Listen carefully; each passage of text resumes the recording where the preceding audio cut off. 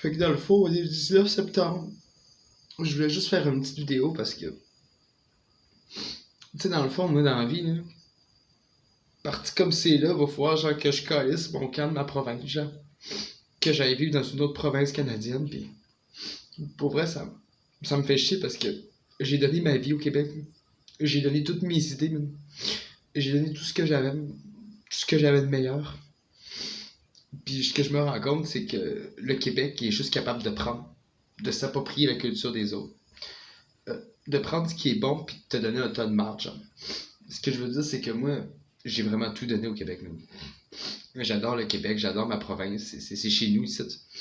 Puis, forcé de réaliser que lui, il me traite comme de la merde du début jusqu'à la fin. Il a jamais été capable de me protéger, premièrement. Autant quand j'étais enfant que quand j'étais adolescent, que quand je suis rendu un adulte. En fait, c'est que le Québec, là, c'est un hypocrite. Là. Ils sont bons pour prendre, prendre tes idées, prendre tout ce que tu as donné, puis te mettre en marche, puis te placer en stand-by dans le placard, puis te ranger dans un placard à balai pour vrai. C'est ça ma vie. Là. Ma vie, ça a été d'être rangé en tant qu'homosexuel là, dans un placard à balai, faute de pas être assez bien pour mon gouvernement. Quitte à criminaliser des gens qui sont de parfaits citoyens, qui ont marché toujours droit, qui ont rien à voir avec la criminalité. Rendu là, c'est à se demander c'est qui les vrais criminels. Là. Je peux pas croire, genre, que pour vivre ma vie en sécurité d'esprit, pour être tranquille dans ma vie, il va falloir que je calisse mon camp de ma province, genre. Parce qu'elle est pas capable de prendre soin de moi, genre.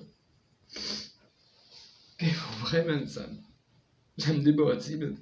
Ça me débordit parce que quand tu penses que tout ce que j'ai fait en tant qu'artiste, c'est travailler pour le Québec, là, puis que j'en récolte que des problèmes judiciaires, que des mythes, que des préjugés, que des stéréotypes au profit de l'enrichissement personnel des autres, puis de leur propre gloire, puis de leur propre gratification, là.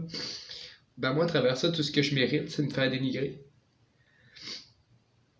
Je trouve ça complètement absurde, genre.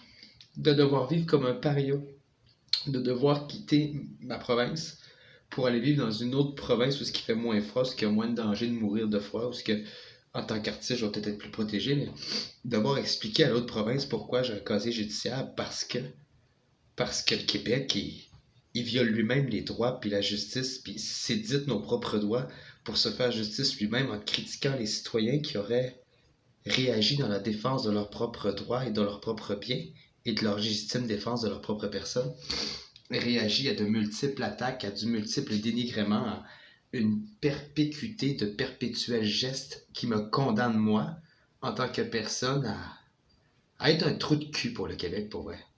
Mais quand il s'agit de prendre mes idées, par exemple, là c'est bien pour eux. Mais pour moi, il n'y a rien de bien.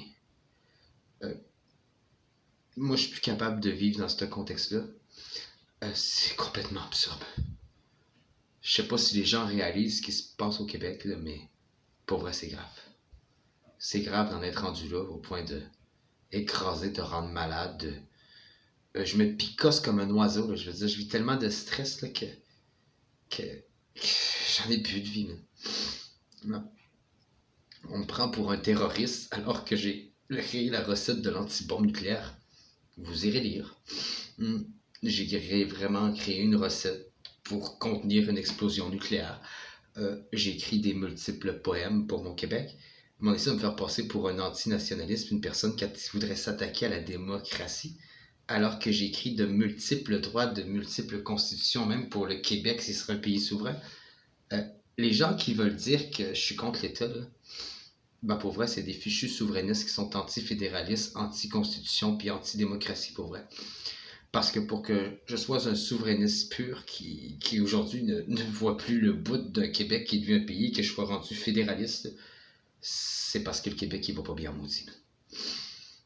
Puis pour de vrai, là, je vais vous dire ce que je pense. Moi, je suis un condamné, je suis un prisonnier politique.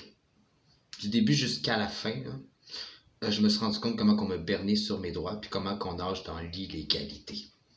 Pour me critiquer les choses qui sont dans la légitime défense du code criminel. Je veux dire, ce que j'ai fait rendu là, je respectais la Constitution canadienne. Rendu là, c'est pas de ma faute si le Québec, lui, il se prend pour quelqu'un d'autre puis qui n'est pas capable de suivre la Constitution canadienne.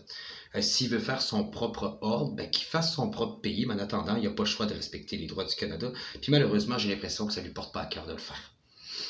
Comme ça ne lui porte pas à cœur de me respecter en tant qu'individu, parce qu'il ne l'a jamais fait. Du secondaire à se faire intimider jusqu'à l'âge adulte, à vivre la discrimination systémique, à me faire rejeter, à me faire criminaliser à tort, c'est à se demander c'est qui les véritables criminels dans la société. Les criminels ou les gens qui nous dirigent.